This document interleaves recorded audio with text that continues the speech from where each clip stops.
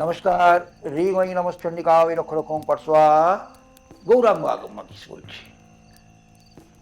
গুরু প্রদত্ত মন্ত্র আরাধনায় লিপ্ত হলে প্রথম প্রথম আপনার নানান রকম ঝুট ঝামেলা আপনাকে বেঁধে ফেলবার চেষ্টা করবে। কোনো মতেই আপনাকে আপনার পায়ের তলার মাটি দিতে সাহায্য করবে না। এটাই নিয়ম। কারণ চলার পথ যে ভীষণ ভীষণ কঠিন। চৈতন্য স্বরূপিণী দেবী ভগবতী আরাধনাতে ঢুকতে গেলে কঠিন থেকে কঠিনতম পথ অতিক্রম করতে হয়। প্রচুর পাহাড় পর্বত অতিক্রম করে খাল বিল অতিক্রম করতে হবে। রাস্তায় কণ্টকময় রাস্তাকে অনায়াসে আপনাকে অতিক্রম করে যেতে হবে। কর্দমাক্ত পথ আপনার সামনে আসবে। হিংস্র জন্তু জানোয়ার সাপদে পরিপূর্ণ থাকবে আপনার সামনে। সবাইকে উপেক্ষা করে আপনাকে এগিয়ে যেতে হবে। ইহাই আপনার সাধনার পথ। তাই মন্ত্র আরাধনায় লিপ্ত হলে প্রথম ৩ বছর নানা প্রকার বিঘ্ন উৎপন্ন হবে আপনার জীবনে। এটাকে মেনে নিয়েই তবে আপনাকে আসতে হবে। এর ফলে সাধকের মধ্যে যদি কোনো উদ্বেগ না আসে এবং সাধক সমস্ত কর্মে ও মানসে যদি মন্ত্র আরাধনায় অব্যাহত রাখে, তাহলে ৩ বছরের মাথায় মন্ত্ররাজ নিজে নিজেই সিদ্ধ হয়ে যান। সর্বপ্রথমভাবে অর্থাৎ মন্ত্র জপের শুরুর দিকটা অনেক কষ্ট পোহাতে হবে আপনাকে। স্বাভাবিক জমিতে ফসল ফলাতে গেলে জমির পিছনে যেমন আপনাকে ভীষণ খাটতে হয়, সেই পরিমাণ এখানেও আপনাকে ওই ফসল ফলানোর জন্য লেগে থাকতে হবে। একটু মনোবল না হারিয়ে সমস্ত কষ্ট ও বাধা বিপত্তিকে বিঘ্নকে তুচ্ছ মনে করে মন্ত্রকে নিজেকে আপন ভেবে ভালোবেসে মন্ত্র তার কাছে নিজের মহিমাকে প্রকাশ করুন এবং নিজেকে সম্পূর্ণরূপে নিমজ্জিত করতে হবে। বিভিন্ন বিঘ্ন উৎপন্ন হলে যে সাধক মন্ত্র অশুভ বলে ত্যাগ করে, তার পক্ষে মন্ত্র সাধনা করা অসম্ভব।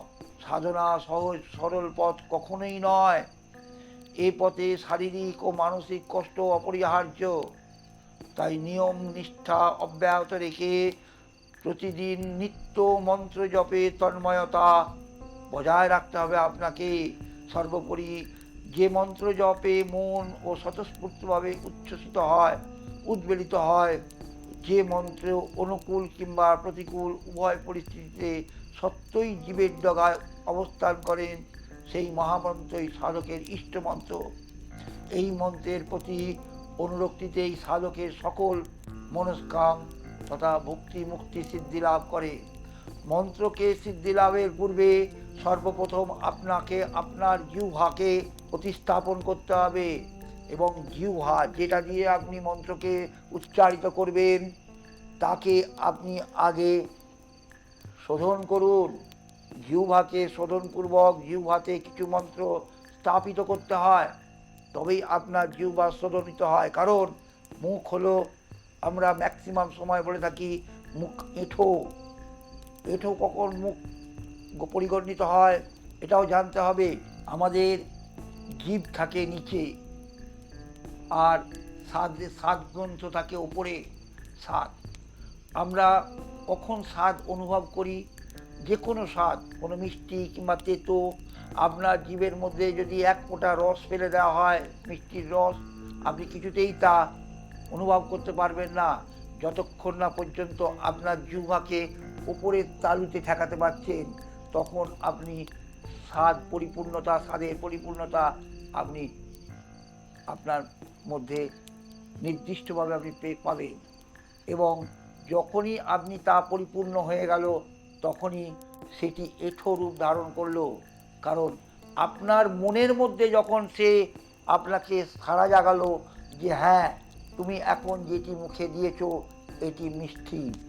এরপরে তুমি যদি কোনো কারণে টক দাও সেটাও বলবে টক, কিংবা তেঁতো দাও সে তখন তেঁতো। তখন কি হয়, তখন সেটি এঁঠো রূপে পরিপূর্ণ হলো। সেই কারণে জীবকে যদি আপনি মন্ত্র দিয়ে তাকে পরিশোধিত করতে না পারেন, তো আপনি যে কোনো মন্ত্রই উচ্চারিত করুন না কেন, সব আপনার নিষ্ফলা থেকে যাবে। কারণ মন্ত্র আপনাকে কোনো মতেই, বীজ মন্ত্র কোনো মতেই আপনাকে এঁঠো করার অধিকার কেউ দেয়নি। তো সেই জন্য সর্বপ্রথম জীবকে আগে আপনাকে প্রতিস্থাপন করতে হবে, এটা মাথায় রাখবেন। রেখে আপনি আপনার সাধনার পথে অগ্রসর হন, স্বয়ং ভগবতী আপনাকে সহযোগিতা করবেন। সবাই ভালো থাকুন, সুস্থ থাকুন, মা আনন্দময়ীর কাছে এই প্রার্থনা করি। হ্রিং ওই নমশ্চণ্ডিকা ওই রক্ষ রক্ষং পরশুয়া।